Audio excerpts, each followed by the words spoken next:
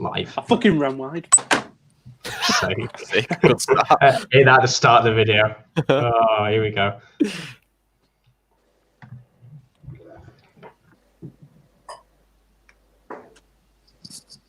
Should probably close the window.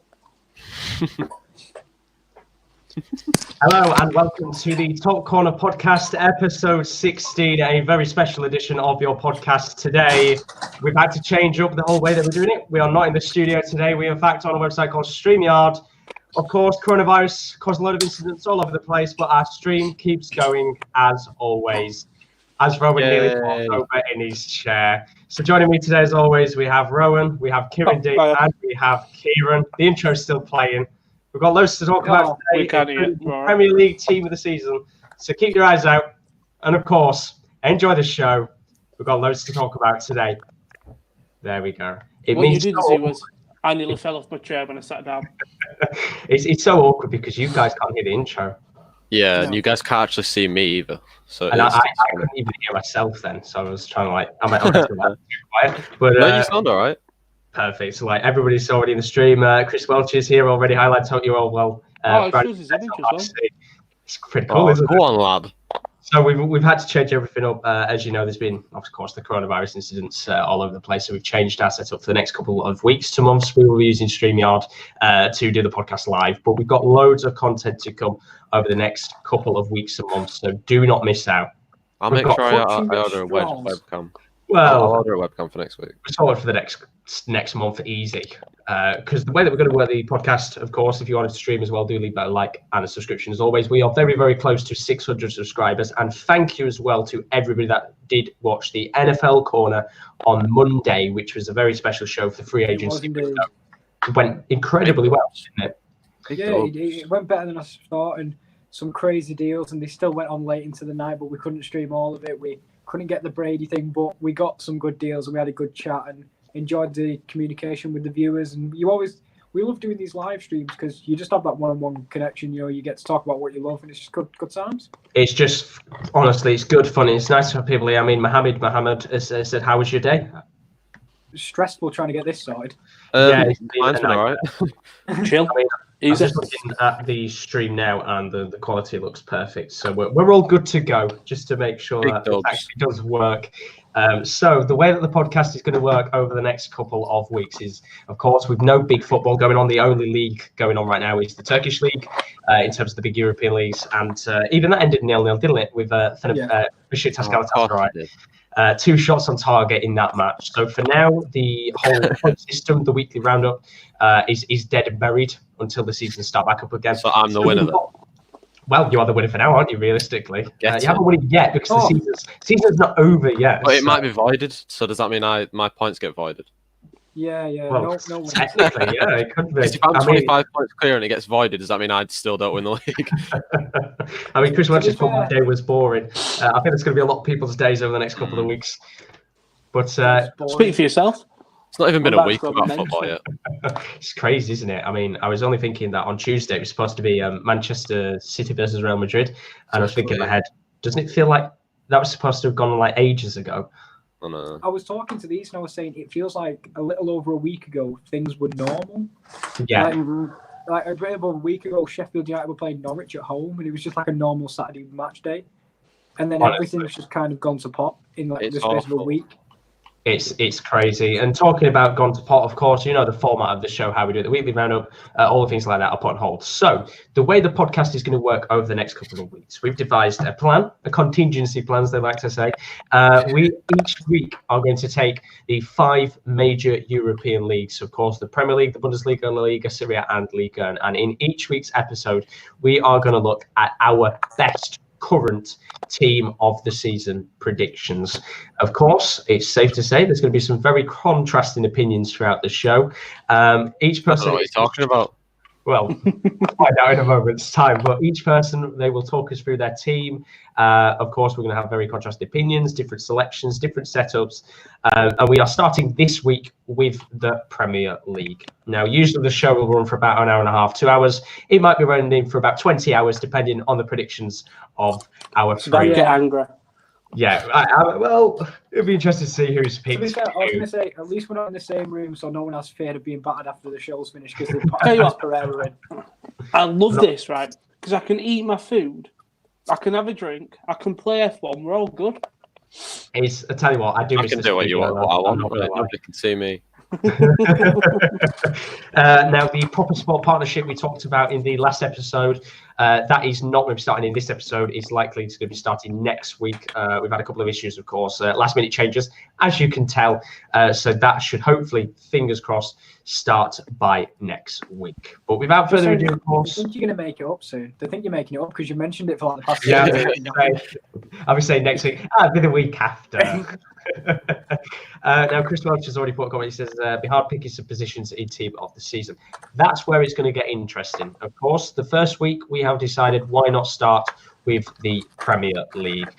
So, of course, all four of us have made predictions. We've made a starting 11 and we've also picked substitutes as well. So, without further ado, it's time to share the screen. Here we go. There's no Pornhub, don't worry. No awkward taps on there. We're all good. Here we go. So, without further ado, we have our team of the seasons.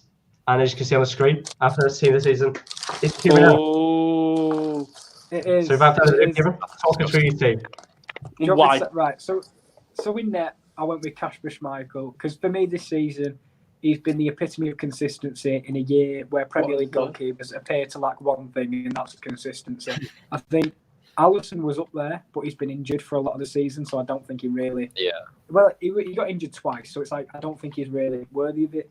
As you see in the subs, I've got Dean Henderson, who's definitely one of the he's definitely an option.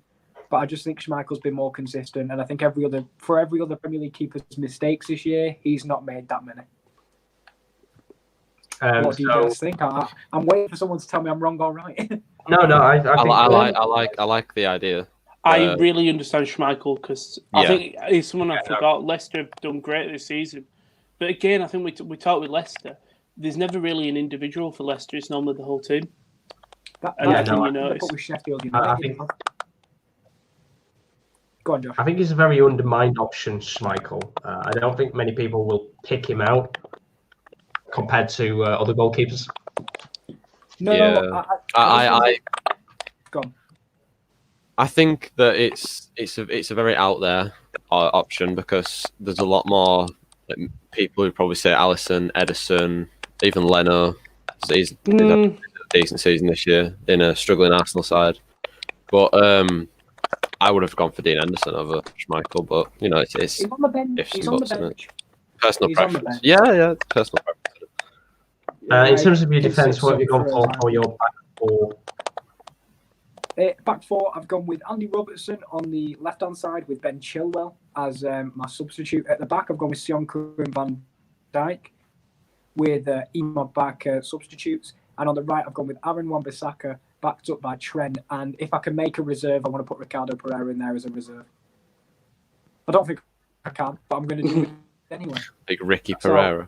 I think there's one option I saw there, again, that I don't know whether people will agree and disagree on this one, but Johnny Evans as a substitute option at centre-back. Yeah. Do you lot, Rowan and Kieran, do you agree with that, or do you think that maybe Evans isn't as good as Soyuncu, for example? I definitely think Soyuncu's been better. Johnny Evans is good, but he's not been one of the best in terms of. Soyuncu had more of a breakout season where Evans. I mean, it has been a great season for him, but we all knew him before. Whereas Soyuncu sort of came out of nowhere. Yeah, no, I understand I think put Evans in there against it. Because Leicester's back four has been very consistent throughout the year, and I think that partnership between Soyuncu. And I'll be honest, I was thinking through the other teams, and I couldn't pinpoint a centre-back season.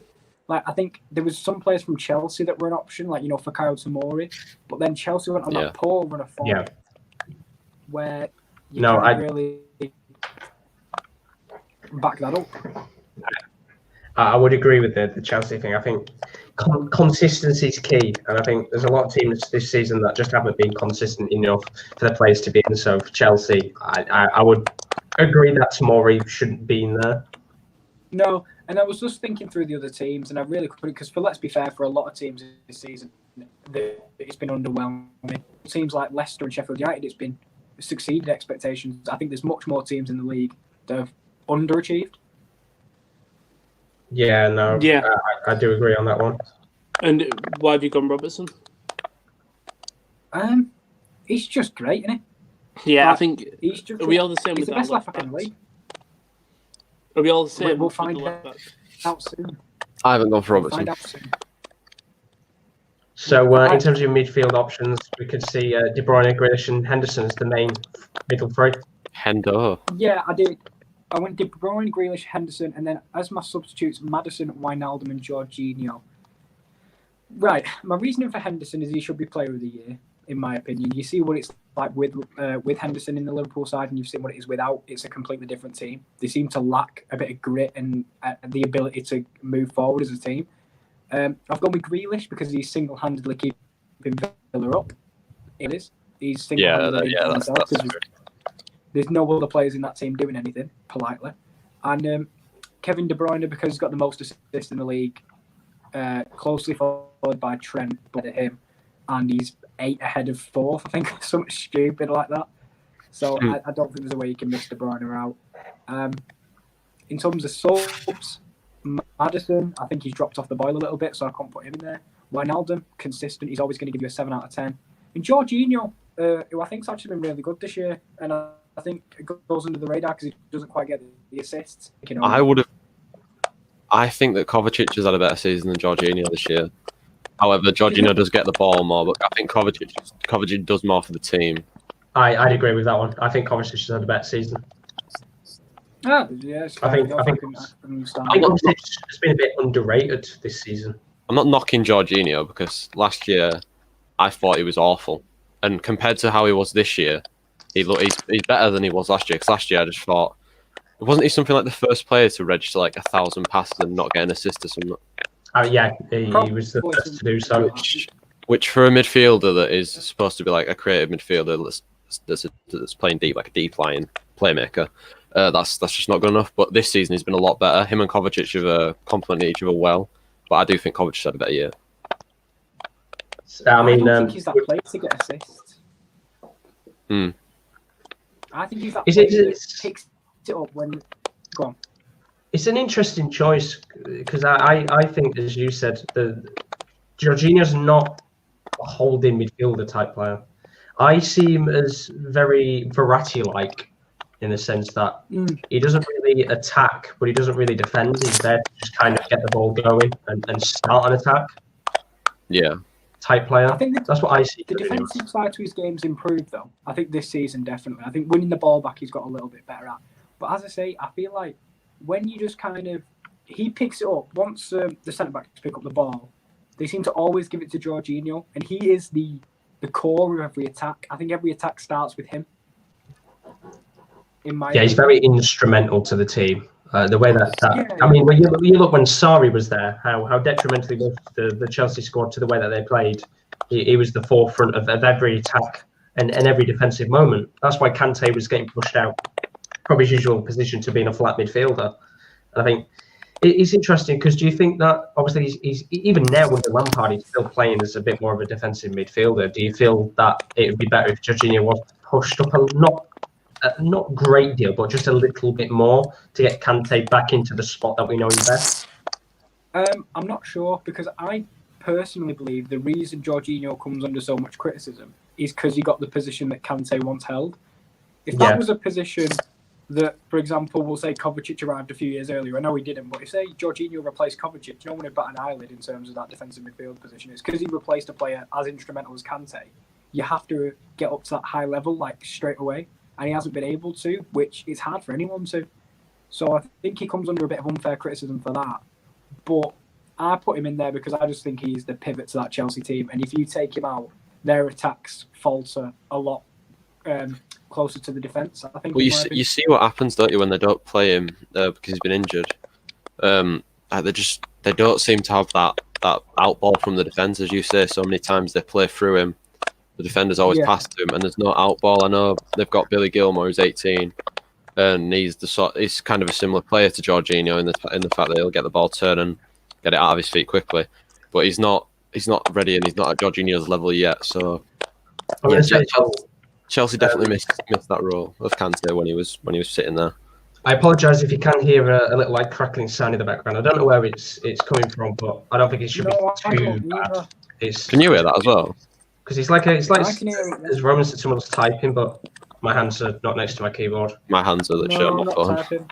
I don't know whether it's maybe the sound coming through on my microphone from can hear from the headphones or anything. I don't know, but if you can hear that, I apologise. I could try find my earphones after this. I'll see if that's. Yeah, that's all right. I'm not using earphones. I mean, Chris Rogers has put a great point. He said, to be honest, everyone is entitled to their own opinion on the team this season. He's actually put his down, which I'll talk through Chris's later on. Of course, Chris is one of the main foundations of viewers that watches the stream. As always, if you do have your opinions on the Premier League team this season, then do put them in the comments below. It would be greatly appreciated. We get to find out your opinion on who you feel should be in the team of this season.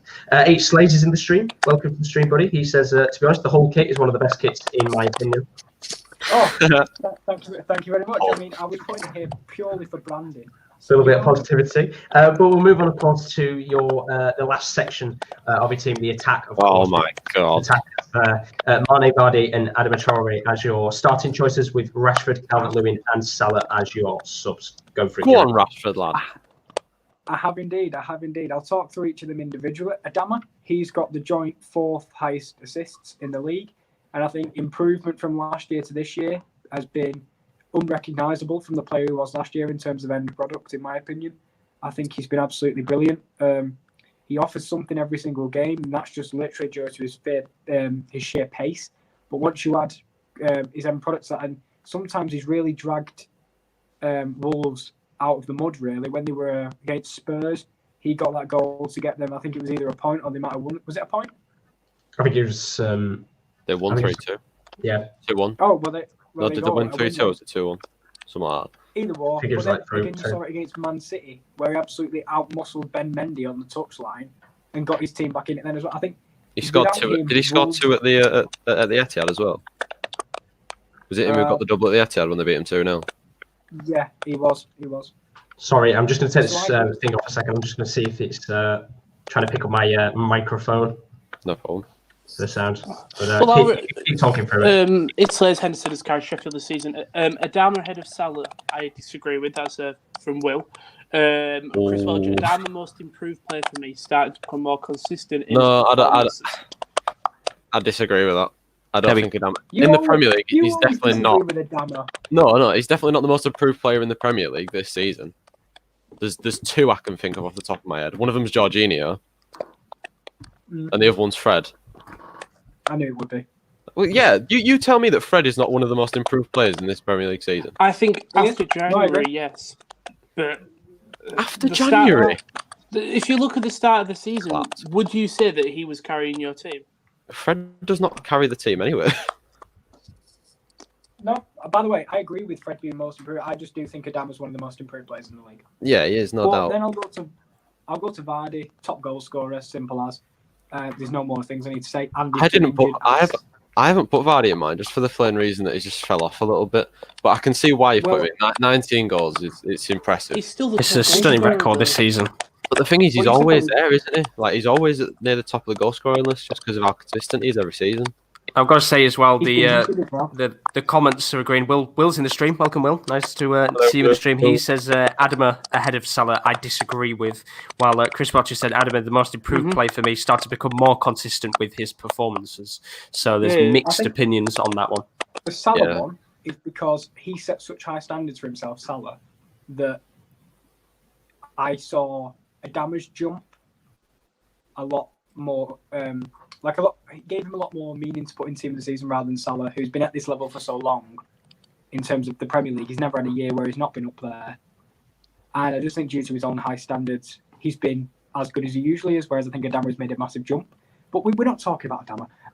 Vardy, as I say, he was injured, yet he's still top goal scorer. Proves how good he has been this season. And without him, Leicester are rubbish. A main talking point is you look at the top scorers this season. I think this will be a common trend with everybody's teams, is that a lot of the strikers this season have had patches of form where they haven't really hit the best. So, of course, there's been Vardy, I think, hadn't scored in about 5 or 6 Premier League games before he scored the brace against Aston Villa. Aguero has had a couple of injuries. I think the only striker that's been really consistent is Aubameyang, who hasn't really had any injuries. No, but he's consistent and he's just. Just some comments coming in. Chris Welch, I haven't put Vardy in because he's been doing it every season, but I think when you talk about this season, he's still the top goal scorer. Therefore, he's really proven himself that he can do it consistently.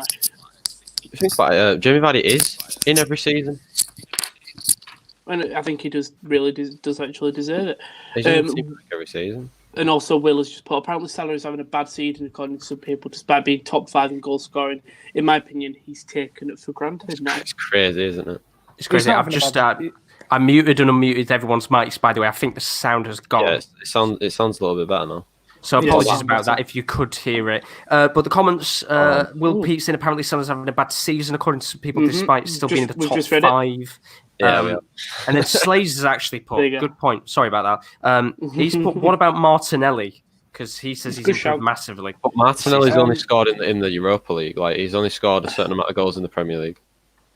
Yeah, and I think you look at the other teams that I put in there, like Mane and Rashford, I think have had better seasons than Martinelli. Martinelli is class. If this was a surprise package or like who succeeded what we would have thought coming into the year, Martinelli would definitely be up there because I didn't think he'd be as instrumental to Arsenal's attack as he has been. But I don't think he's been consistent at Premier League level enough to warrant a place in this team. But he is a very good player. Which is expected, isn't it? Because it's his first season coming over from, was it Brazil he come over from? He was, He Brazil. Yeah, and he's only 18, 19. So, and whenever I watch him, I'm just impressed because of how he's got the poacher's like instincts already for such a young player, and he's always fearless. In and around the box. You saw that goal against Chelsea. A little bit complimented by Kante's slip, but it was a really good run from him, and it was a good finish in the end. So overall, what we're thinking of Kieran's team in general?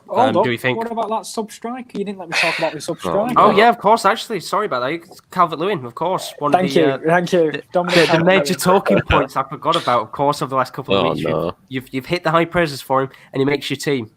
Of course he does, because I can't rave about him so much that I don't put him in the team. That was the only single reason, was if I came on here and I put someone else in that sub-striker spot, one of you would have gone, what about England's number 9, Calvert-Lewin? I would have done that. My apologies, I didn't put England's number 9 in there. But for me, it was a little bit sentimental for Calvert-Lewin, because he should be England's number 9. But It's just, he had a really good year. Since, like before Ancelotti came in, he was trying to find form, and then since Ancelotti took over, he's been absolutely brilliant. Well, Slazer said Henderson over Schmeichel though, and Will said Kieran's midfield 3 is bang on. Yeah, thank you. Will is definitely agreeing with that one. So overall, Kieran's team, I think there's plenty of contrasting opinions, but I think a lot of us do agree with the options in the team overall. I mean, a fun fact on the screen actually.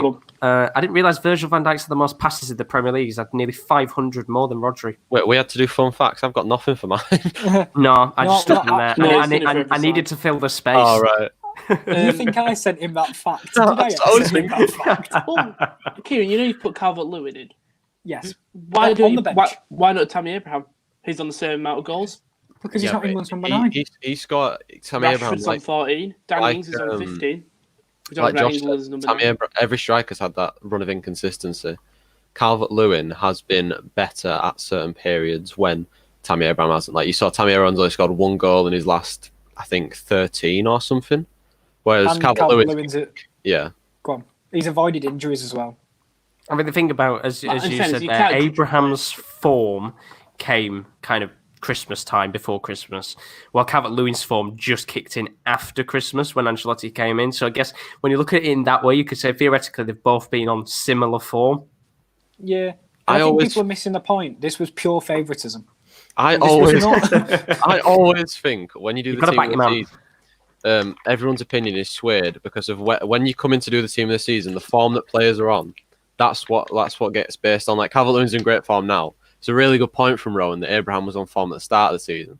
But now that he's not on form, even though he's got the same amount of goals as Calvert-Lewin, we always we always think, oh, Calvert-Lewin's obviously going to get him ahead of Abraham because he's on form at the moment. It's just it's a game of opinions, obviously, but I always think like that. I mean, the hard thing as well is you've got to think that obviously we've still got loads of games still left to play if the season does come back. So this could easily change. You don't know. Maybe Abraham goes on an incredible run of form in the next 10 games and earns his place back in there. So everything's still up for debate. You don't know. Rashford could, for all we know. Maybe Calvert-Lewin gets the golden boot. Maybe Calvert-Lewin goes to Euros. Oh, wait. Yeah. Maybe next year. But we'll move on to my Premier League team this season now. Now, I've gone for a lot of different options. When I saw all of your sides, there are a lot of players that I've picked out in there that I thought, do you know what? I'm quite glad I've picked them because I don't feel like we talk about them. So moving on to mine, I'll start with the goalkeeper. I've started with Dean Henderson and Pope. Now, of course, it did Will. Alisson, of course, he has the most clean sheets in the Premier League this season as of current. But obviously... does he not? As Nick Pope? Well, there you go. Makes my argument even better then. Of course, Alisson's had a couple of injuries and things like that, but I really think that the two surprise packages of this season, of a couple of surprise packages, of course, because there's been lots of great teams this season. I think Burnley have been incredible quite recently, and I think people underestimate Burnley's defence and how well that they play. I mean, they go through patches of form where they will lose games, 6 or 7 games. But for a team like Burnley, you understand why that'll happen. They're not an Arsenal, they're not a Tottenham, they're not, to be fair, like a City or a Liverpool where they're going to keep steamrolling clubs. Eventually form will hit a dead point. But I feel like Dean Henderson doesn't get enough appreciation for the work that he's done this season at Sheffield United because some of the saves he's made, the quality of his goalkeeping. I mean, the recent game they played against Norwich is an advertisement for Henderson. And surely, when he goes back to Manchester United, he's got to be right up there for the goalkeeping spot, in my opinion. I don't know. It's a tricky one, isn't it? Based on this season. Yeah, I think, honestly, in my honest opinion, I would rather prefer to have Romero in it as a Manchester United fan myself, because I think Romero's brilliant. He's class in it. He's class on grass. Best number two in the world. 14 games this season, he's played 11 clean sheets. Obviously, that's against teams like in the Europa League, but you can only keep out what's in front of you, can't you? But I do like Dean Henderson, and like I said about Kieran, he's done great this season. And it's nice to see someone go out on loan and perform at a high level like he has, especially if it's coming back to my team. Well, this is the thing. I think they'll want to keep him permanently. That's 100%. Because if they do get in the Champions League or the Europa League, they're going to have the money. But what's the good thing about this loan deal, if you're a United fan, is you can charge them top dollar because they will not want another goalkeeper. Saw when they played us at Bramall Lane, their substitute keeper was literally the reason why we got it to 3-2. They're very, very weak in that position. So you think it's a good thing for Man United, bad thing for Sheffield United, because I can't see us selling him. It just depends if we want to keep going with De Gea and Romero. I think you will sell him because you'll ask for about 30-40 million for him, and you'll just go. This is the thing. You can put whatever price tag you want because you know they're desperate for him. Yeah, he has come out and said in the interview with I think it was Football Focus. He did an interview with that he wants to fight for the Man United spot. Which fair play to him if he wants to fight. He's a good enough goalkeeper to get it. He's been better than De Gea this season. But where does that leave Romero? It's just sad, isn't it? I love Romero. I love all goalkeepers that we've got. He's a quality goalkeeper, Romero. That's the thing. When you look at backup goalkeepers, you do think to yourself, who's the best? And 9 times out of 10, people will say Romero. I always think of the backup goalkeepers for the top 6 Premier League clubs, and I'm thinking, like, they're just none of them are as good as Romero. No. Romero for all those teams. Bravo, Caballero. I'm on about backup goalkeepers, Kieran. Gazzaniga's all right. Gazzaniga's all right, yeah. Gazzaniga's all right. Who's Arsenal's? Emiliano Martinez is young. He's all right. I mean, it's crazy to think Emi Martinez is young because it feels like he's been around for such a long time as goalkeeper. I'm going to check his age before I embarrass myself. Yeah. While I check the age. think he's 25. Slays says he thinks that Bravo's the worst keeper. I hate him. He's not young. He's not young. I've embarrassed myself. He's 27. 27. I mean, It's the aging high sad situation all over again. Just a couple of comments we missed. Will Pete, big news. This is not football news, but the Bears Nick are trading Foles. Nick Foles, which is big. I saw it and I wanted to put it in. Gareth Bernardo, I'm late today, homesick. Kieren and Ellis' team is cracking lineup, to be fair. Gareth Bernardo said, I would say Son over Mahrez, though Mahrez is doing excellent. Obviously, we're not on there yet. Yeah, I'll come to that in a bit. Will said Henderson will cost Sheffield United a fair bit. Young English goalkeeper, we all know they always sell. Gareth Bernardo, Adrian over Bravo over Adrian, I think he's put. William, you can have Adrian if you want the same value as a bag of quavers. And Chris, my backup team of the season, basically the players I missed out was Pope, AWB, O'Connell, Tarkowski, Chilwell, Fred, Grealish, Buendia, Mahrez, Calvert-Lewin and Rashford. Did you guys see Andy Robertson's tweet where it was like when you've been in isolation and your wife asks what you want to watch, it's like Star Wars or Coconuts. And did you see the hidden replies on the tweet? It was loads of people sending the video of, when he hits the crossbar with a header against Athletic Madrid. There was 4 or 5 replies and they were all hidden and it was just him hitting the crossbar. Jesus. Which comes on to the perfect situation. I'll talk about my fullbacks now. I've gone for a Liverpool and Leicester pairing. So, of course, the left back and the right back, I've started Robertson, Alexander-Arnold. I think I hated the fact that in this situation I had to miss out Wan-Bissaka at right back because it annoys me because Wan-Bissaka this season has been one of the best defensive right backs. But you can't take away from the fact that, of course, Alexander-Arnold this season has got the second most assists in the Premier League behind De Bruyne. And the way that Liverpool works is fullbacks. The fullbacks bombing on forward, crossing into the ball. They're detrimental to the way that the club works. And you can tell that in the times when these players don't play, Liverpool are incredibly weak and they struggle because, although you might have a Mane and a Salah, it's in that situation, the fullbacks act as midfielders for the club. It's scary how they work. And I think as well, for the other options I've chose, the Leicester fullbacks of Chilwell and Ricardo Pereira. I think Chilwell has gone a little bit slack recently. Of course, Leicester's recent 4-0 result against Villa might get them back on the highway again when the Premier League season does, hopefully, fingers crossed, get started back up. But I think you can't underestimate the fact that Ricardo Pereira, who unfortunately is now out for the rest of the season, which is a real shame, has been one of the best fullbacks in the league this season. Quite literally, everyone's off for the rest of the season, potentially. But no, it's a shame because when he was at Porto, he was unbelievable as a player, but he came to Leicester. He really showed himself how good. He came into the Leicester side. He instantly showed his quality, and I just think since then he's just got better and better as a defender, and he's got to be up there. Yeah, exactly. He should be right up there in my opinion for the best fullback of the season. Yeah. I mean, do you want me to go through my other 2 defenders, or do you want to kind of have a little bit talk about Van Dijk's a bit self-explanatory. Yeah, Van Dijk is self-explanatory, and I think Kagalar-Soyuncu, once again, he's been absolutely quality this season. I think Leicester fans will have never expected him to have been as good this season as they thought he was going to be, just because, of course, the whole Maguire situation, losing Maguire, it was a massive thing for the club, and for the fact that Soyuncu came in and did such a cracking job for the club, then they didn't have to spend a penny on getting a replacement, pretty much, is incredible. But on the right-hand side, I've decided it really isn't a case of O'Connell being over Tarkowski. It's a case of I didn't know which one to pick, so I'll just chuck them both in anyway. I think Sheffield United's defence this season, the 2 words that constantly ring around your mind with Sheffield United is overlapping centre-backs. Yeah. It's unheard of, and quite frankly, it sounds ridiculous. It shouldn't work. It shouldn't work, but the way Chris Wilder is as a manager, it's so ridiculously good. It's scary that you look at the back line that they've got of Ender Stevens and O'Connell and Egan. It's honestly, they work as a unit, and that's what I like about Sheffield United. They're a much more exciting Burnley, in my opinion. They do the opposite of what Burnley do. Instead of defend, try and grind out wins, they just go, fuck it, we'll go all out, we'll attack. And we'll even chuck the centre-backs at you if we want to.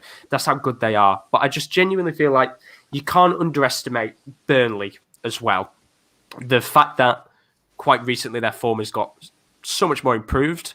And once again, you look back to a Burnley side that a couple of years ago we were talking about Tarkowski getting called up for England. Genuinely, it could be a potential chance he gets called up again. Yeah, I've watched Tarkowski grow from a young boy to a man. No, because when I first started watching Oldham, he was their centre-back, and then Burnley bought him. Well, then he just rised up the league, and now he's really Burnley's main centre-back, isn't it? And I think if you look at players who have been good this season but not in a standout team, also I've got one you'll see later, but I think Tarkowski is definitely one of them. A player who could probably slot into a top 8 defence. 100%. I think he genuinely could. I think we had the conversation a few weeks ago, didn't we, about England and the centre-back that goes next to Harry Maguire. He is definitely an option for that. Just 2 big meatheads at the Well, back. to be honest, as long as it's anyone but John Bloody Stones, Yeah. I don't care who it is, as long as it's not him. We had the conversations a few weeks ago, didn't we, about England and who goes next to Maguire. Tarkowski's definitely an option, but if from an England fan point, we should go with Joe Gomez. I was like to say there's some breaking news. All schools in the UK to be closed by the end of the week. Well, there we go. So I just...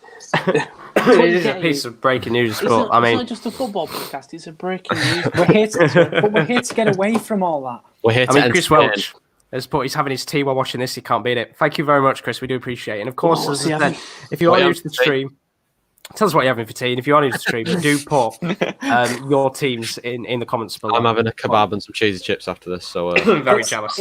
It Slays has made a very good point that Kyle Walker is not in net. Yeah, it was a bit of a tricky one. I mean, technically, kept a clean sheet, so technically that's in the Champions League, not the Champions League team of the season. We'll get that. We'll do that after. But in terms of my midfield, I'll go into that. Now I've put John Henderson in the defensive midfield role, and as the substitute, I put Ndidi. I think Ndidi this season has been incredible. Unbelievable defensive midfielder who is at the top of his game, and he's been one of the key figures of this Leicester side that doesn't get him much appreciation for what he does. You know, at the end of the day, the defensive midfielder position is not the nicest position in the world. You're not getting to do a great deal of attacking, and you know everybody says defending is boring and that, but he's such a good defensive midfielder that surely he's got to go to a big European club in the future. Surely. But the thing is, if Leicester get into the Champions League, they are a big European club. Yeah, there's no point leaving when they potentially could just rise and rise and rise. They've got the team to do it. I think he definitely needs to stay where he is because the more he stays there, I think the more he will grow as a player. Yeah, agreed. In terms of my midfielder options, on the left-hand side, I've gone Fred. The reason why I picked Fred in this is because you can easily say at the end of the day that Fred's picked up his form as Bruno's come. But you've got to remember that Bruno was already playing good before Bruno was there. I mean, at the start of the season, obviously, he was a little bit niggly. But as time's gone on, he's improved as a player. And he was starting to hit his form before Bruno came in. Mm-hmm. But after Bruno Fernandes came in, wow. What a player. I mean... I've got the fattest smile on my face right now. What a player he is. You know, at the end of the day, he's one of Man United's shining stars this season. Of course, obviously, you've got the Rashford injuries and that haven't helped. But he's been so good. And I just feel like week on week, he's going to improve. And to me, when I see a midfield of Fred, Pogba and Bruno, I'd be scared. I genuinely would be scared. The substitute option... Well, if Pogba ever gets fit again. The other option I've picked is Buendia. Now, technically, Buendia doesn't play as a flat midfielder. Sometimes he does, sometimes... Didn't he get kicked out of the team? I don't know. I genuinely don't know. But... He didn't start a game, and then there was an article on Sky Sports a few weeks ago about it. Something about how Buendia needs to be recalled into the starting 11. The thing is, there's a reason why he needs to be called back if he is actually still banned. He is being one of the most creative players in the Premier League up to the point where he was kicked out of the side. You know, at the end of the day, when he was in the Championship, he was one of their star players in general. He was turning on for the Xbox.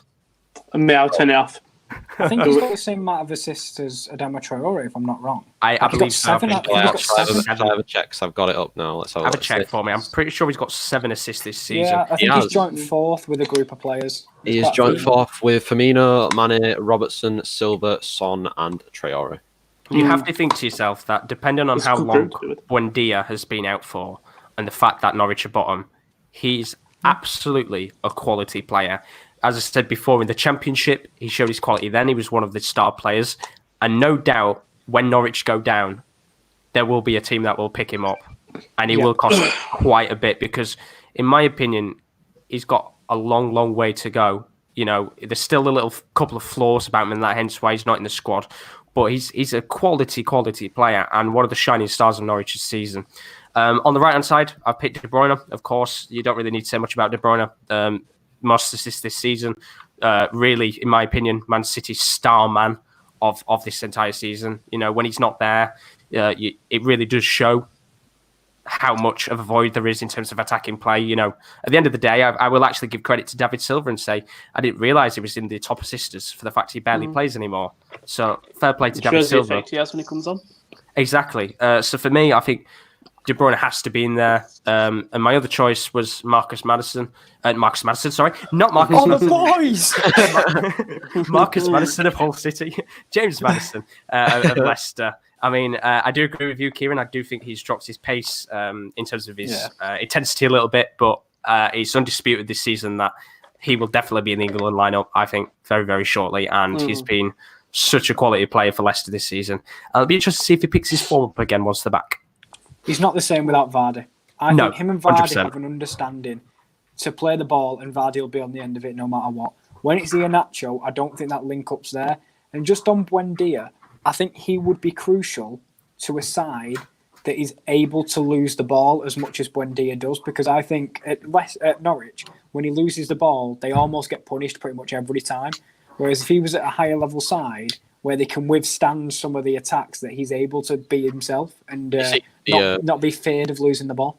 The two best players in the world, the two highest people in the world who lose the ball are Messi and De Bruyne. And exactly. Because they've got Barcelona, they're Barcelona and Man City, they can afford to lose the ball.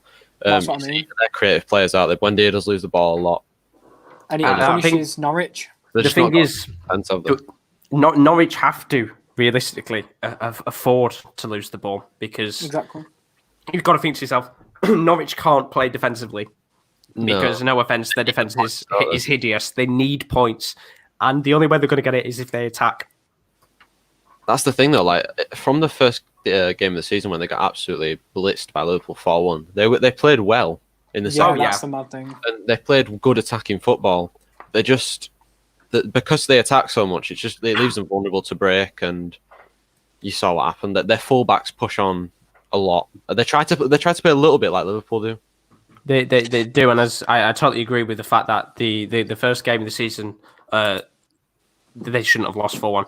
You even look at the game against Man City, where they did so impressively well against Man City in that 3-2 win. They didn't sit back until, of course, they got the third goal. They fully went at City and played them incredibly well, and it shows that if Norwich had a couple of better players around them, I think they would have had much more of a chance to stay up. I think it doesn't help the fact that you look at players like Farman, who came in, and Amadou. They've already gone before the season is over because they've just not had enough game time. And you either look at it from two senses of the spectrum as a newly promoted Premier League club. You either A, stick with what you've got and you do a Sheffield United, or B, you do what Fulham and you do what Villa's done. You spend a load of money getting new, better players into your squad, but and risk the chemistry. Mm-hmm. And unfortunately, I think Norwich went in the middle. I think Norwich did neither. Yeah, Norwich wanted to spend money but didn't have it. But they stuck with their players, which... They did sign a few players. They don't get me wrong, they did sign... Didn't they? And then someone else. They got Josip Dermich, they got Amadou, they got Farman. So they did bring a couple of players in, but just as you said, Kieran, not good enough. Do you know how much they spent on 3 players? 0. Because Dermich was free and the other 2 were loans. So 0. Exactly. So in the sense of things, I think they wanted to spend money, but Norwich are never going to have that money. But realistically... Well, they won the Championship. That's true, but they just didn't expect. I don't think pulling power is a major factor as well. I just don't think they had. Aston Villa came up for the championship and they signed arguably better players. Yeah, they are a bigger team though. To be fair, Villa are a bigger team. Aston Villa's history-wise, it still brings players in just as much as I think Fulham. Fulham has got a very recent history, of course. You know, the game against Juventus in the Europa League and things like that. People will still want to go there. If a player is being outlined, the potential chance to go to Norwich, what is there about Norwich that a player is going to think? It just depends on the player's attitude, doesn't it? Like it just depends on a lot of the players' attitude and what they want really. If they want to come to England, or if they just want to come for the money. So I just think Norwich would have stayed up based on their style of play. That's how they won the championship. They didn't win the championship because of signings. They won it on their style of play. But their style of play has left them too vulnerable at the back. And then when they've come to the Premier League, their defence can't handle it. A defence with Grant Hanley shouldn't be in the Premier League. I definitely agree on that one. Do you think, though, you put Buendia in as your sub, but in your Premier League team this season, you can't put a player that's from a team that's in 20th there, can't you? I think you can. I think you can. Well, if they sat dead 20th, regardless of if they've had a great season, I'm going to ask you a question. All right. Have you put Grealish into your team for the season? No. But when we look a little bit later on, because I put Grealish in there, which I'll talk about Grealish in a little bit later on. I think you've got to look at it and think it's not just about where the team is placed. A player can have an individual, incredible set of performances. Yeah. Look at Team of the Year, for example. The fact that Eden Hazard was getting into Team of the Year without winning the Premier League and things like that, but we're still getting in there. I was going to say, let me put it to you, Rowan, right? Timu Pukki has outscored Jamie Vardy this season, but Norwich is still dead bottom. Are you putting him in the team of the season? No. He's top goal scorer. Yeah, I'm not saying he is. He's obviously hasn't. Like, if his team, even if there was probably 15th upwards, because they're not in that relegation spot where they can go down, because they're in a spot where they can go down his fault. It's not, I was going to say it's not his fault. Yeah, it's the defense's fault. He's scoring the goal. He's trying to score the goal. Look at Charlie. I want to take Charlie Austin for an example. Yeah, when Charlie Austin was at QPR, I think he scored something like 15-20 odd goals in the season. You can't say, in my opinion, that a player can't get in the team of the season because his team are bottom. It's not just, as you guys said, it's not that player's fault. He's done everything he possibly could to keep that team up. Yeah. That's why I think Grealish gets in most teams, because it's not his fault that their defence is so leaky. Which is why I'll go into my front three. So I'll start with the left-hand side, Mane, Grealish. I think Mane is Liverpool's star man this year in terms of the attack. He's been incredible. He has saved them at times when they've needed to be saved. He's the best apart from Atletico Madrid. But he's the best out of the front three this season.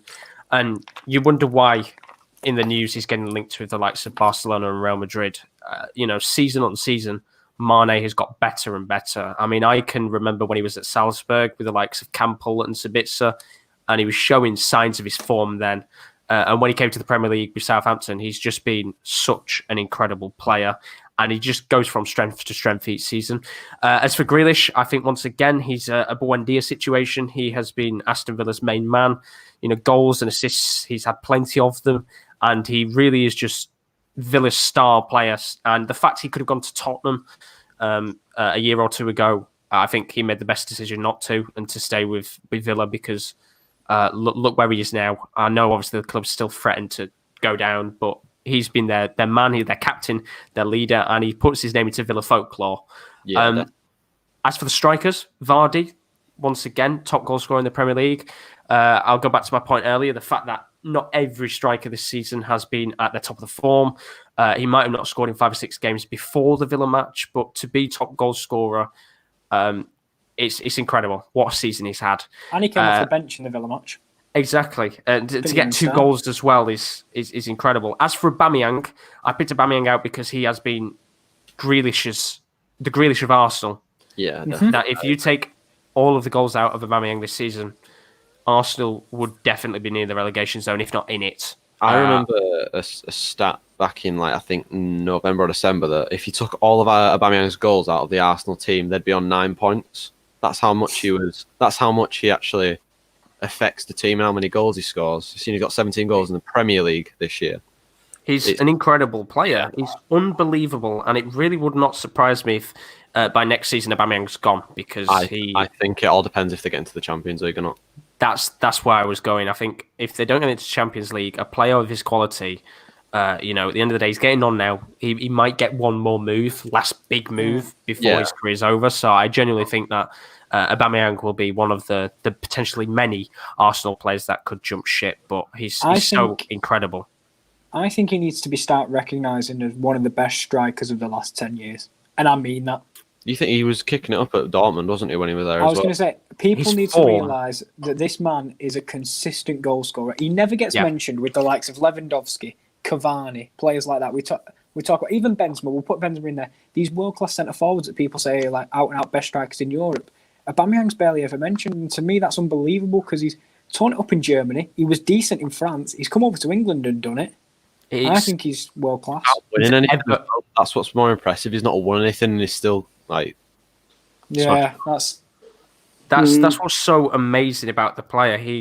He's got a very hard work ethic, and I understand the reason as to why Aubameyang might want to leave. He probably will not get another opportunity after the next to go to a big Champions League club, so it's better for him to jump ship. But I'll move on to my last position.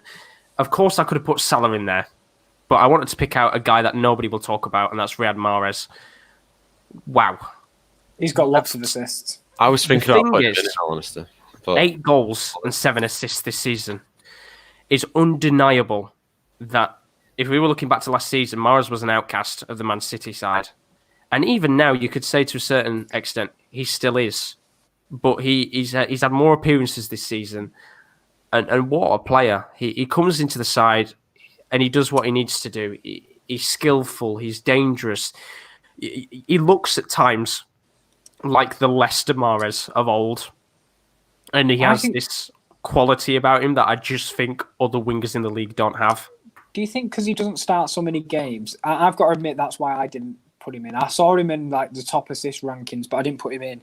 But do you think the fact he's always, most of the time, I know he's got more appearances this season, but that's due to Sane being injured. If Sane was in there, he may not have got as many games as he has done. 100%. I genuinely think that Mahrez would have probably left at the end of the season if Sane wasn't injured. But I still think his decision making's a bit off sometimes. Yeah. He's sometimes very greedy. I do agree with that, but I think he's one of the most skillful wingers in the league. His trickery, he can be very, as you said, he can be very greedy at times, which is understandable. I do feel like there's a lot of skillful players that are greedy because they want to show off. You look at St. Maximin, for example. Sometimes it pays off, sometimes it doesn't. But I just feel like he's one of those players that people wouldn't have picked in the team, and I wanted to pick him out just because he doesn't play much, but when he does, he puts in a bloody good performance. And then the other option, as I said, I didn't pick Salah, which would have been the other option I would have put in over Mahrez. Adama Traore. I think he's one of the more progressive players who has just gone from strength to strength. I do think that his finishing capabilities are good, still need to be improved.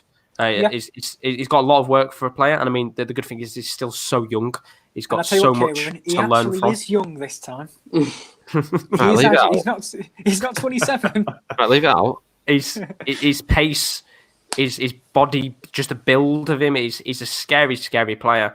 And I genuinely think that there isn't another winger of his build out there, or has been there for the last couple James of years. Bulks up in summer.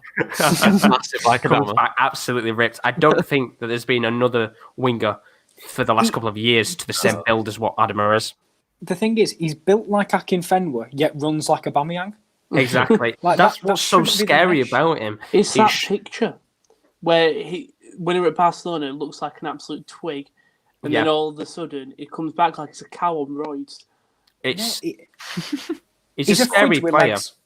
It really is. He's honestly, he's a scary, scary player because you look at him and you think, in 5 or 6 years' times, where is he going to be? Because he's got to, the important thing for Adama is he keeps his form up. He's got to keep it going because the worry is he could have a fantastic season, but then the next season comes and he does terrible, and you're back to square one again. If he gets his big money move as well, like there was rumours a few months ago. Me and Will always talk about it.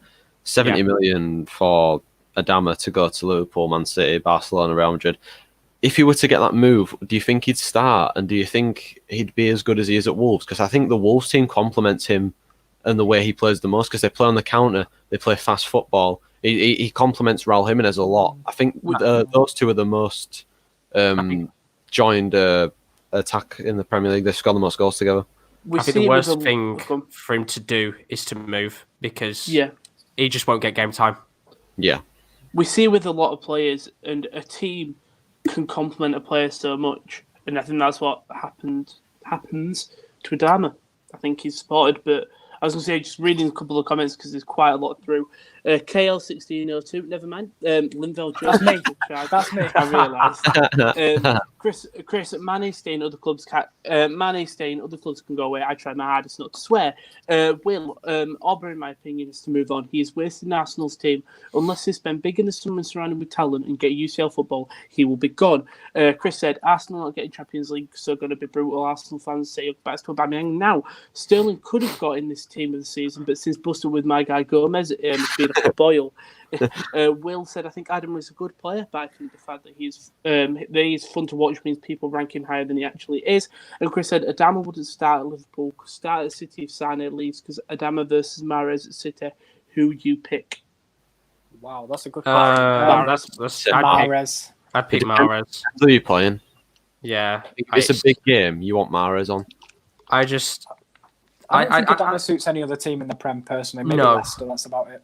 The thing is, for me, it's the last thing I'll say about my team, especially with Adama. There's a reason why Barcelona had him at such a young age. Yeah. The talent was there. Unfortunately, like a couple of years ago, Middlesbrough, though. Big Tony Pulis. Well, that's where the problem is. He had the talent, but I don't think he was ever able to really truly display it. While Wolves came into him, they said, we have a project, we have an idea, we want to be one of the big clubs in Britain, and you can be not the main man, but you will be one of that guy. Yeah, pretty much. I think when it comes to... Oh, go on. Are you finished? Go on, Kieran. No, it's all right. I'm all good. I was going to say, I think with Adama and Mahrez, in terms of what's changed is they're players that are very polarising. You'll love them for maybe 60 minutes of the game, but for 30 minutes you'll be infuriated that they didn't pass or they didn't shoot or other things like that. That's when you get these exciting players on the wing. They become like very pragmatic, and you can love them and hate them in the same game. Whereas I think with Adama, he's cut that out a bit. Whereas with Mahrez, I still find myself getting infuriated with him, like one attack out of 3. Yeah, no, I do agree with that. But then I feel like sometimes Adama's like that. I think... Oh, he is. Yeah, no, he still is. I think for Adama, it's the fact that he knows he has the pace, and I feel like sometimes he feels like he can abuse it a little bit too much to his advantage. While with Mahrez, it's not pace; it's the trickery and the skills. He's flicking the right stick on FIFA down the wing. Just a little bit too much. But that is my Premier League team this season. I said I think I picked out a lot of different choices that other people wouldn't have picked out. Like Buendia and Mahrez and that. So we'll move on from my team. We're now going to move on to Kieren D's Premier League team of the season. Without further ado, starters with your goalkeepers. Kieran. So I've gone for probably the two most underrated goalkeepers in the Premier League this season. The two keepers that are in the top 5 for making the top 5 saves. Dubravka's also got the second amount of, I think it's the second or third amount of clean sheets in the Premier League this year. I think it's third, yeah. Is he third? I think so, yeah. Just laughing at Josh's fun fact. Lost 6 games. It's got nothing to do with my team at all. I've not even got a Wolves player in there. Fun fact. But yeah, with Dubravka, I think he is criminally underrated for the time he's been at Newcastle. He's been really, really good. He's only made a few mistakes there. I can think of 3 or 4 off the top of my head. Guaita was also unlucky with a mistake earlier in the season, cost him a goal. I think it was against, was it Burnley they played the last 1-0? Something like that. So, yeah. But you can see the quality that they have. They make incredible saves. And this season, they're the main reason why Palace and Newcastle have got points on the board. Because if you think if they had worse goalkeepers, they might not be up there. They might be fighting, like clawing for relegation. Right, let's go on to the back four.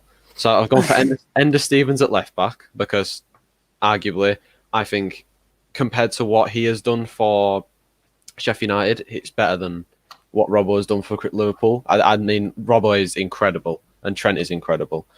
But I think that nobody could have imagined how good Ender Stevens was going to be coming up from the Championship and thinking, oh, wow, because he's scored a few goals this season. He's scored a few rockets, hasn't he? And compared to what he has done for Sheffield United, compared to what Robbo has done for Liverpool, I think he has done more. And don't get me wrong, it was a toss-up between Robbo and Stevens for left-back. And I've gone with Stevens because I went with Van Dijk at centre-back. Any questions? No, about Stevens, left back. About Stevens, no. I think that's a good pick. Thank you. Right, we'll go on to the right back. I've got a problem with your goalkeeper. Go on. My only thing is, Dubravka is underrated, but he's overrated by Newcastle fans. They think he's the second coming of Jesus. He's very good, but the way Newcastle fans go out, he's going to be Golden Glove according to them next year. Well, I mean, they need to sort the centre-back partnership with Lascelles and bloody Fernandez out first before they're going to keep playing. You've got Fabian Schär. I do like Fabian Schär. He's a good player, to be fair. He's a good player.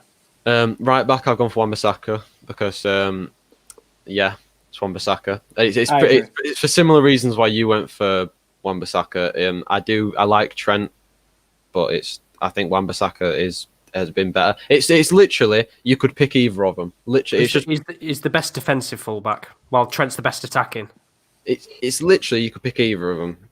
We were spoilt at right back because of Ricardo Pereira as well. I mean, I also he would have been my third choice.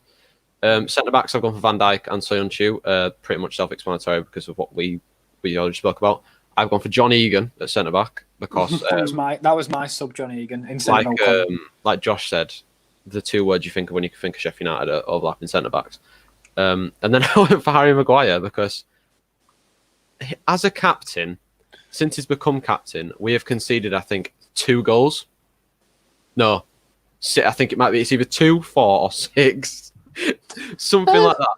But I think he's shown his leadership skills coming into Man United, and I think he is so underappreciated by everybody else for the fact that if he was doing this still at Leicester, he would be everyone would be praising him, and it would be absolutely brilliant. But because he's doing it at Man United, and there's a definite agenda against Man United, there will not be enough praise driven onto him. No, you're not agreeing with that? I do think Man United, as of current, are the most informed team until the break, the players stopped. Harry Maguire has been consistent all year. He's been brilliant all year. I don't think that price tag's ever phased him. I genuinely don't. I don't disagree with him being in the top 4 centre-backs this season. I honestly don't, and there's no agenda, and it's not the fact he used to play for my boys. No, I'm not specifically talking about you guys having an agenda. I'm talking about I am. The people on Twitter. I mean, a couple of the comments we've had, they're talking about Ender Stevens. Will says he agrees with Stephen Picks. He thinks if he was in Liverpool's team, he'd be incredible. While Chris Welch has put, I would have Stevens as backup to Robertson, as we need a backup left back. So that's 2 Liverpool fans saying they want Ender Stevens. But I think when it comes to Ender Stevens at Thingy, I agree with you, Josh, on the fact that, to me, Liverpool, they talk about their front 3. I don't think that's important if one of them gets injured. Whereas if they lose one of them fullbacks, they're screwed. It's detrimental to how they play. Exactly, that's what I mean. And I think I understand the Stevens one because he has done more for a smaller team, which I completely agree with. However, if we're talking about doing things for a smaller team, I've looked at your midfield and a very severe lack of Jack Grealish and lack of James Maddison is confusing me. Oh, because I've gone for the meme of Andreas Pereira because he is the best central midfielder in the league. I'm also seeing a man signed in January. You are? Oh yeah, why not? I have never seen a footballer come into a club and make that much of an instant impact as Bruno Fernandes has already done. It's called Team of the Season, not Team of January to March. Why is Calvert-Lewin in it then? Whoa! He's played in the Premier League from September till now. He wasn't on form between September and January. At least he still played in that season. Right. He's only played 2 months, Bruno Fernandes. Yes, if he plays exactly how he's played this entire this 3 months, 2 months Listen, period, This he is would my guarantee. team this season. It's based on opinion. I know This is we're allowed to my players. it's called. Well, that's the good thing about it because it leaves a whole host of debate options. I think. I mean, Josh brought in Marcus Madison. That's a great place to put it. You know, I think. Anyway, I've gone for Henderson at my CDM because as soon as you saw Henderson get taken out of the Liverpool team when he was injured, they started to lose games and they lack the leader in the middle of the park. When we talk about Liverpool, they've not got that creative midfielder. I know Will says it a few times as well. They've not got that creative midfielder in there at all. Even though Henderson isn't a creative midfielder, they've got Henderson, Genie, and Get Minamino. who's the other centre mid that plays? Fabinho. Minamino. So, right. There's none of them are creative enough to play that pass. That's why their fullbacks are so instrumental in their play. But yeah, I think Henderson's been a great leader this season. He's shown that because I criticised Henderson quite a lot because of how he played in the World Cup, and yeah, I think he's definitely proved me wrong this season. And I've gone for Fabinho as the backup because I think he's been absolutely brilliant again this season. He was really good last year as well, but this season I think he's been a level above what everyone thought he was going to be when he first signed. And it's good to see because I didn't really want him at Man United because I thought he's coming over from Monaco, he can't be that good. But then he's gone to Liverpool, proved everyone wrong. Let's get to the left centre mid.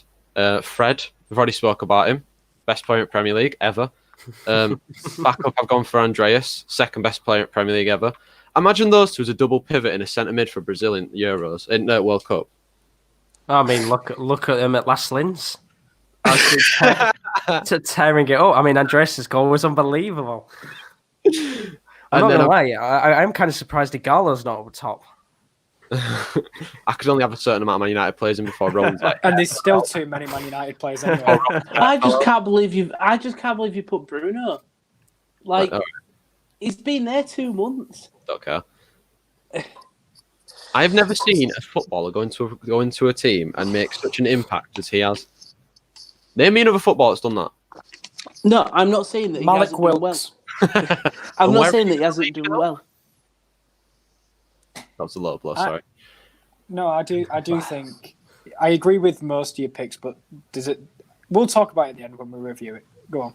And then I've gone for De Bruyne because we spoke about De Bruyne already. He's most assistant Premier League. He's always consistent. When he doesn't play for Man City, they just lack everything. They're not good enough going forward. They don't have the outball in the midfield. He creates opportunities for himself. He's a little bit like how Bruno plays, really. I think Bruno is literally the spitting image of De Bruyne, but just one's playing for red, one's playing for blue. Then I've gone for up front. I've gone for Mane on the right because arguably a few years ago, Liverpool fans would have said out of their front three, Sadio Mane is definitely the weakest out of Salah, Mane, and Firmino. But now you think Sadio Mane is the strongest out of those three. He's kicked on in the last few years, and he's got the goal scoring and the finishing down to a T now. It seems to be, who do you want going on goal, Salah, Mane, or Firmino? For me, it would always be Sadio Mane because he seems to be the most consistent out of those three. I know Will said about Salah scoring all those goals earlier on, but for me, Sadio Mane he's been the best player for Liverpool this season, and he has been the best player for Liverpool for the past 2 seasons. Because obviously he's come through Southampton, where he scored a lot of goals there. Come to Liverpool, everyone was saying, who is he? Do you know what I mean? It's good to see that he's risen and he's become one of the best players in the world for me. Like, so the team of the year this season, that's how good he's been. Salah, you spoke about him earlier, fantastic player. But yeah, I agree with what you guys said. He's under what his expectations have set for him. But like Will said, he's his top 5 goal scorers in the league in this season or something. Then up front, I've gone for Aguero because best centre forward in the league for me, like for sure. He's been fantastic for a number of years. But this season, he's not played as much, has he? Because you think when Gabriel Jesus plays, he likes to rotate, doesn't he, between Jesus and Aguero? I would always prefer to play Aguero. What do you guys think? No, I'd agree. I would agree. Then I got Vardy as my second as my replacement. But Top goal scorer. Top goal scorer. I wanted to put Aubameyang in, but I was thinking I can't put Aubameyang in over Vardy or Aguero because I just think Vardy's top goal scorer. Innit? The only thing I'd do is I'd put Vardy over Aguero. Just because he's top goal scorer. Yeah. I just think that Aguero I don't know. It's just he's the reason why Man City have so many points this season. I suppose Vardy is the reason why Leicester have so many points. And to be fair though, Man City are underachieving, whereas Leicester are overachieving. Oh, definitely. I don't have any Leicester players in there. Oh yeah, I've seen you. But yeah, it's you can pick one or the other. It's similar to Wan-Bissaka and Trent. You can pick one or the other. Then on the left hand sside, this is going to be where it's controversial, and you're all going to hate me, and I know you can all hate me. I've gone for Martial and Jordan Ayew. Jordan Ayew is an interesting one because when I saw your team, I don't think people realise how good Palace have been this season either. Interesting fact. You should have put this fun fact on there, Josh. Jordan Ayew has got 13 points for Crystal Palace this season. On his own. Really? 13 points on his own this season. I'm going to say it. I think he's been more crucial than Zaha to Crystal Palace this year. Yeah, definitely. Zaha's not been anywhere close to what he was a few years ago. I didn't realise he's been that vital this season. And I don't think many people realise how many goals he's actually scored.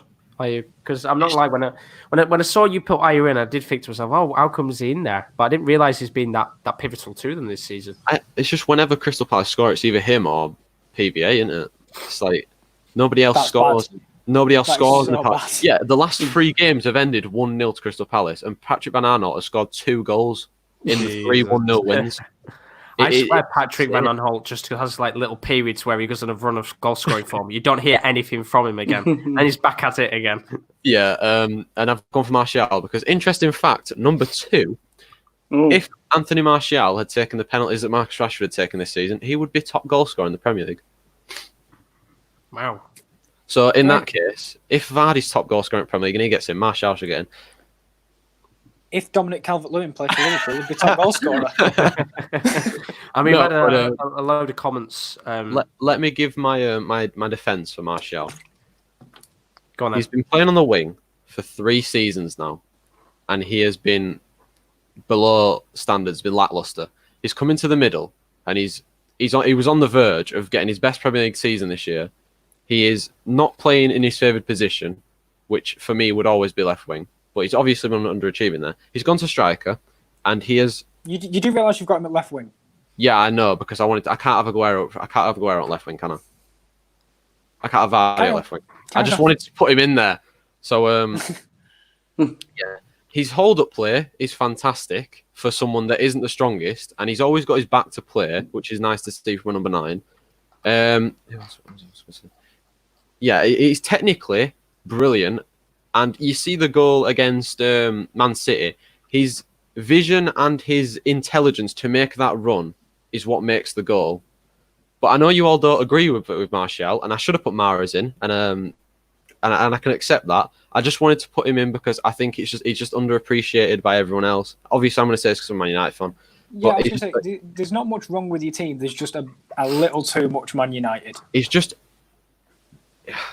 underappreciated, and it just doesn't get the plaudits that it does by everyone else. Like everyone else says that Lacazette's fantastic, and that Lacazette's done nothing this season at all. No, it doesn't make him a bad player. No, but people say that he's better than Martial, and he just isn't. Not this season, no. No, so, not a chance. Last season, I think there is an argument for why Martial should be in there, though. I mean, we've got loads of questions and loads of comments and opinions. To be fair, more than questions. Will P says it's a shame about Trent and Wan-Bissaka playing the same positions. They're both incredible in their own ways. Imagine combining Trent's attacking play with Bissaka's defending. You'd get Glenn Johnson. Chris Welch has put Keita was supposed to be our creative midfielder. I just don't know what he is, to be honest. I call him Wheatbix as he's always injured. Chamberlain is our only attacking midfielder. Will. Chris Welch says, Bruno Fernandes probably their best signing of the season for me. Best signing of the season is probably United player, Wan-Bissaka or Maguire. Pains me to say that as a Liverpool fan. And I'm going to ignore Will's comment. Will says some could say PVA is the glue that holds Palace's defence together. Moment of silence. No, because I love that. That's Kieren Rowan.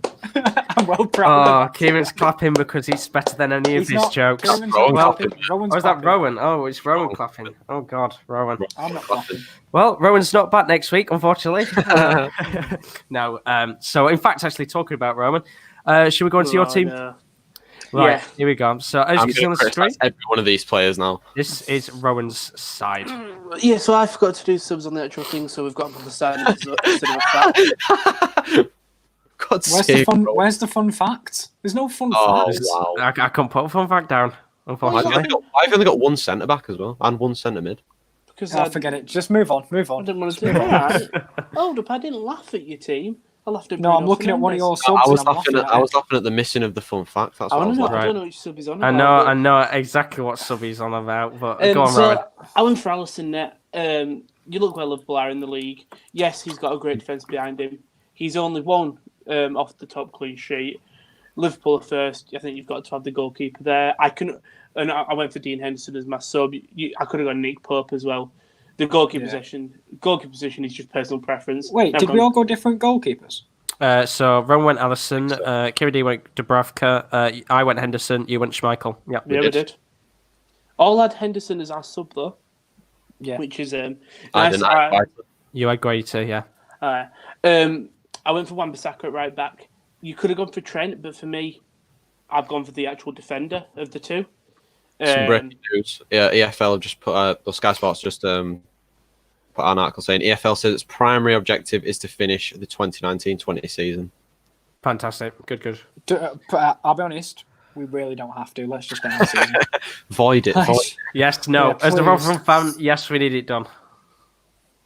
I love how this is the combined of us just going, please end Yeah. it. Please don't end it. Seriously. Well, what have you gone for your back line, Rowan? I've gone for Van Dijk again. I've gone for Fabian Schär at centre back. I know you're going to give weird looks, but you mentioned him earlier, saying a thing. I ain't giving weird looks. He's been alright. No, you can't give weird looks. No one can No, see you. I'll explain. I am giving a weird look. I agree with you. He's been alright. I think instead of going for someone sort of not obvious, but go for someone I think if he wasn't in the team, I think along with Dubravka, for Newcastle, they would be in a worse situation because they don't have an out and out goal scorer, so they will rely on the defence. And I think Lascelles hasn't really been as good as he was a couple of seasons ago. So yeah, I've gone Fabian Schär, something a bit different. I think he's been solid at the back. And yeah, go on. I just don't think he's in the team of the season. I wanted to ask a question He was better last year. about Schär. Can anyone find out when Newcastle are in the league? I will do that for you now. Just give me one second. I like Schär as a player. I do think Schär is a good player on his day. I mean, his play moments card on FIFA is quite incredible. But Newcastle 13th. They're in if the top the 15. It's all They right. are 8 points off. do you Bournemouth not and feel like he shouldn't be in there because they're 8 points said- off relegation? I said the top. if you go back, I said the top 15. So, I think because he is unlike other players, he is. I think if Newcastle didn't have him, and I think if they didn't have Dubravka in net, they would be in relegation. But because Schär has really held that team up, obviously, I think Schär has saved them. I agree. Obviously, He is there. Like jokes aside, he is their best defender. so yeah, I've gone for that, and I've gone for Robson at left back. I think it's obvious. But my replacements, I went for James Tarkowski at centre back. You all know why I like him, and I genuinely do think he's actually got a reason to be there instead of just having Bruno there because he's all right. I'm kidding. At left back, I've gone Luca Dean or Digne. Good player. Dig the knee. I think he's been good. He's been a solid player for everything. Yeah, they are 12, but He's also injured. when he's played, okay. He's also been injured since January. When he's No, played, no. To be fair, no, has he I played more agree. games than Bruno? Well, I mean, probably, yeah. Exactly. So no, we're not having that. We're not having that. Hayley Smith has put, come on, boys, by the way. Welcome to the stream, Hayley Smith. So we will go to our midfielders. So I've gone for John Henson at CDM. I think we all had him or the one person who didn't have him. It's a given again with KDB, most assists in the league. World class player, deserves to be there. I've gone for James Maddison at Cam. There are many other people you could have gotten. Well, you did say earlier, that's why I've gone for Vardy up front, but him and Vardy have been great together, and that's why I just do believe he's in there. Left wing, I've gone Sadio Mane. I was considering putting Harvey Barnes in there, but I just don't think he's had enough of good performances. I think he could have, but I just don't think he's had enough. My right wing one was a struggle, so I went for Bernardo Silva. I know he's been playing in the actual midfield, but his main position is right wing, and for me, I just like him, so I put him in. I think he's done good. 5 goals, 5 assists in the league. Every competition he's played in, apart from the Community Shield, he's either got a goal or assists. The replacements, so I went Gini Wijnaldum on the bench as my midfielder. Again, some people put him in. He's been solid when he's played for Liverpool. He can sort of do both. And if you look where he was a couple of years ago, he was a reject, and now he's in a Champions League winning side. He's going to win the Premier League if they give it to him. Then I've gone for Raheem Sterling at left wing. Again, he's someone who couldn't be there, but he's ever present in that City side, and sometimes we don't see him. But just accidentally closed all my tabs. I do just believe he should have been there. Rowan's trying to convince us that Raheem Sterling hasn't been standout awful this season compared to Jesus standards. Christ. I'd still put him there. He's still been good for City. No, he hasn't. I couldn't think of another left winger, right? Like I said, Harvey Barnes was my other choice, but I choose Sterling over Barnes. It's personal preference. I've gone for Aguero as striker. Vardy's been more goals. Aguero is second, along with about our third. Aubameyang is another shoe-in, but I'll go in for Aguero. And then Adama Traore, right wing. What do we think of the team, boys? I mean, obviously, we've already talked about Fabian Schär being the... Was I not here for the Bernardo Silva reason why he's in the team? You weren't. He said he's got 5 goals and 5 assists. I just did it for... whenever I've watched it, obviously, I don't watch football as much, but when I watch football, I want to see players who make a difference, and for me, he's one of them. You are a big Man City, not fan, but they're your favourite team in the Premier League. I think there is too much Man City, but as you say, it is personal preference. Yeah, like all of the persons, like Kieran's put Bruno Fernandes in. I don't think he should be in there, but obviously he does. The one I am taking issue with is Raheem Sterling. On the bench? No, because for me, this is again due to his high standards. Compared to last season where Raheem Sterling was integral to City winning the league. Yeah. I think he's been awful. In my opinion. What do you think, Josh and Kieren? You can't say he's been awful. Now, it hasn't been awful. 11 Premier League goals this season would theoretically mean he's not been awful. 14. No, I guess he's got 19 goals this season in 36 appearances, which is not awful. In the Champions League I've got to admit, I agree that since he had that bust up with Gomez, he's not been very good. Like, when I watched him against United, do you remember, I think it was the EFL Cup second leg, where they had how many chances? And he just doesn't seem the same in front of goal as he was. Yeah, no, I understand on that one. I think recently his form has dropped, but then I guess you've got to think as well that obviously with the whole City ban situation, Liverpool pretty much wrapping up the title, I do think that maybe the confidence levels of City have dropped a little bit compared to last season. I think you've got to think at that point that we're still on all fronts. They've got things to be working towards. And I think City, especially under Pep Guardiola, they're a team that needs a bit of drive to keep them going. And when it's very hard to have that drive when the only thing you're kind of pushing towards is the Champions League and the FA Cup and things like that. Yeah, maybe I'm voiding out that first half of the season when Sterling was on like pretty decent form. But from what I've seen of him recently, maybe I'm just focused too much on that. Like, because we talked about recent form. For example, on recent form, Bruno's a shoo-in. But if we go over the season, then obviously things change, which maybe that's what I'm doing with Sterling. I'm not looking at the pre-December Sterling. I mean, Chris's Greenview, he said, like I said, Sterling started the season on fire till he ran into Gomez. So, you have got somebody who's agreeing with you. Yeah, I agree with you as well, but it's just... It's a fair enough point. You can't discount 19 goals, 11 in the Premier League this season. It's obviously got more goals than Bernardo Silva. I was about to say, but on that, do you not think then Bernardo Silva's in the wrong place? Oh yeah, I don't agree with Bernardo Silva, but he doesn't. Who would you? And obviously you've got Adama Traore in there, but if you did take Bernardo Silva out and put Traore in, who would you have another right wing option you put in there instead? Mahrez. I kind of. Oh, Salah, Mahrez or Salah, Mahrez or Salah. Yes, Mahrez or Salah. I don't know. For me, Salah's too greedy as a player, and that is just personal preference, but he's greedy. Yeah, I think the thing is, what you've got to try and cut the line is obviously personal preference alongside form. It's really hard to create like an indefinite team of the season. Because let's be fair, with all four of us and our opinions, there's no way we'd agree on a starting 11. Oh no, there's no way. At the end of the day, this is what's. Oh, I think we'd have a good go, but this is what makes it so exciting: the fact that we all have very different players in our sides and different viewpoints, and that's what makes this so enjoyable, because we don't see each other's teams until now, and we, apart from myself, of course, when making it, but you all see the different players that we've got in there, and it leaves it open for debate. Because there's other players that, for example, like Harvey Barnes, that none of us have put in there, that you're thinking, hey, do you know, actually, he's been all right this season. Maybe Bowen. Not to get in there. EFL doesn't count; it's Premier League. But he scored 1 goal for West Ham. Thank you. Yes, and so has Begovic scored a goal for Stoke, but he's not wrong. Get that one there. He's not wrong. Paul Robinson scored for Tottenham. It's great, isn't it? But I just like, we've all gone very different routes. Some people will easily say Kieran Deed's viewpoint on Bruno Fernandes is justified, just as much as people will think that. I want to meet the person that says that.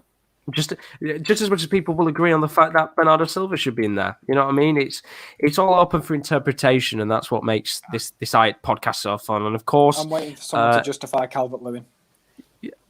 I think I'll be waiting a while. Yeah. I think I'll be waiting quite a while. But that's what makes this so fun, and we're going to be doing this every single week over the next couple of weeks. Hopefully, of course, as we know, we're hoping, fingers crossed, eventually football will get itself back underway again.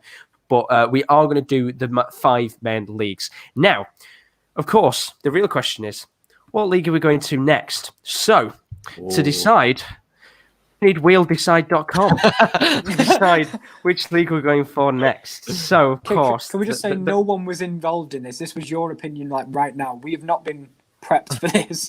We have not been prepared for wheeldecide.com. Isn't it exciting? Wheeldecide.com. We cover it. 5 guys. There we go. Right. So, of course, next week we will be doing another team of the season. No, we're not doing the EFL. It's not a top 5 league, is it? Really? Oh no, well, it's not wrong. In Europe, but without further ado, we will do it until there's one left. So, first of all, to be knocked out, no La Liga. La Liga is going to wait. It's going to be Liga. It's going to be Liga, and that's awful. Tell you what, League End's going to be fun. Good luck, Rowan. The next one. Oh, is it not actually taking them off? That was shots. Just take it off there. Just press the X. There you go. Do that. This is going well, innit? Look at Here this. we go. Right. Liga. Adverts for The Witcher. Go away. Look at how quick that's spinning. It's going to be Liga. Bundesliga's gone. Oh my God, we're going to have Liga. So the Bundesliga is gone. It's now between Liga and Serie A. I think the guys are absolutely praying it's going to be Serie A. So without further ado, next week we will be covering team of the season. Here we go. He's spinning. Liga. Josh is going to say it for us. It's the Serie A. So next week we will cover the Serie A team of the season. So it'll be the same format once again. You guys will pick out your starting 11s and your subs. And we'll talk through what has happened in Serie A so far. But as I said, fingers crossed, hopefully in the next couple of weeks, leagues can try and get themselves underway once again. Oh, yeah, I think everyone knows I know my striker. Yeah, it's going to be I mean, Rowan doesn't look happy. No, I'm all right. No, but we will do... Stats-based. Adam Unas in there. It's going to be interesting because, of course, why don't we do the Premier League one first? Because that's the one everybody kind of knows. So the Liga will probably be the worst one for everyone. But hey, it's all content. So this will be every Wednesday. Now, theoretically, I might as well ask you guys on stream: do you want to keep doing it at 5 p.m. UK time, or do you want to revert back to the usual time? The usual time. Usual time? What time was the usual time? It's been so many weeks, I forgot. 1:15. 1:15, yeah. Yeah, I don't mind. I have no 1:15? problem at all. Right, so we will go back to the usual time of 1:15 from next week, seeing as you'll all be on lockdown, locked in your rooms, and able to go absolutely nowhere. So you've got no reason as to why you can't watch the podcast next week. Get in there. No, but if you are new... Look how red my hand is from slapping the desk when it was legal. It's not league and it's Syria. No, I know, but when Bundesliga went, it As was I the said, only one I was ready for. At least next week I won't look like I'm in prison. I can't wait for when we do the Czech Liga. Traore. Do you know what? That'll be it in a couple of weeks' time when we think all the leagues will be back. We'll be like, right, we're here for the Turkmenistan team of the season. I mean, Chris Welch has just put Liga team of the season equals the whole PSG team. Yeah. Absolutely sorted. Thumbs up. And Chris Welch says he won't be in lockdown. Don't care what our wonderful government says. Yeah, I think that is the idea of the British public, isn't it? Just not to care. I mean, have you seen all the videos online of the people in Benidorm? Oh, it's crazy. Absolutely crazy. Just lots of people on the beach. Yeah. I have seen that. In bars getting absolutely haggard. I have seen that. Yeah. I think I'm talking about the Clearwater Beach in Clearwater. Florida. It's just packed of people, and it's like this whole social distancing thing is not working. In fairness, it's not working at all. I mean, spring breakers. As you said earlier, I'm 3 breaststrokes away. I mean, as you said earlier, all the schools have now actually will be officially shutting. Well, by Friday, I think they have to keep open for the students who have got parents in the services who are fighting it. So police, fire, and nurses. The army who are shooting the coronavirus down back to them. Yeah. But in terms of football, the only major league that is still going on is the Turkish league, which we talked about earlier. The big game last week of Galatasaray versus Besiktas. It ended 0-0. So none of us get any points. And for the time being, of course, we will put the point system on hold because there's not really much. Why don't we do it? We sim it on FIFA. So what game should have happened? We have to guess the sim score on FIFA. Oh, do you know what? That could be an idea. And as well, we will do another quiz at some point. You might remember, if you have been a long-term viewer of the stream, we did a big Christmas quiz at the end of the year to wrap off the whole year. We will be doing that again at some point. So do keep your eyes out. Can we null and void the quiz? I'm 2 points clear. Just null and void the quiz. Kieran's part, I'll be stocking shelves. Not Kieran, sorry, Chris says I'll be stocking shelves in Morrison's in next week. So no lockdown for me. Kieran, to be fair. Welcome to the club. So, is anything else you guys want to add? Or are we all done there this week? Just everyone stay safe. Simple as. Yeah, no, that's the important thing. I know, obviously, try not to go insane. Hear all the bollocks on TV, all the panic and that. At the end of the day, just do what you have to do. If you want to go out and have a drink until lockdown. That's my advice to you. At the end of the day, let's get your pink gins, get your let's gins. just as enjoy long as you're it. 18 Why plus not? years old. I mean, we've just run out of big roll at M&S. That's it. Panic has officially begun. But of course, more content still to come over the week. I think I will do Sports Day on Friday live. The NFL. We can do it now as this. Are you going to do the NFL corner? Yeah, we'll do it. Like you're just going to have to sit in and I'll just be Kieren, just be the little emoji in the corner. So the NFL corner will be back on Thursday. What are you going to be covering on the NFL corner this week? Well, it'll be a big free agency review. I know we did that live stream, but it's going to be like, do you remember when we did transfer deadline? We'll talk about the team's ins and outs, the winners and losers of free agency. Obviously, the GOAT, Tom Brady's move, so we'll talk about that. And yeah, we've not had a season for a while, so welcome to the football. Yes, we've not had a season out. We've had this for a couple of weeks now. Excuse me, I've been waiting 4 months, 5 months for flipping F1 to start, and it's not starting until the end of May.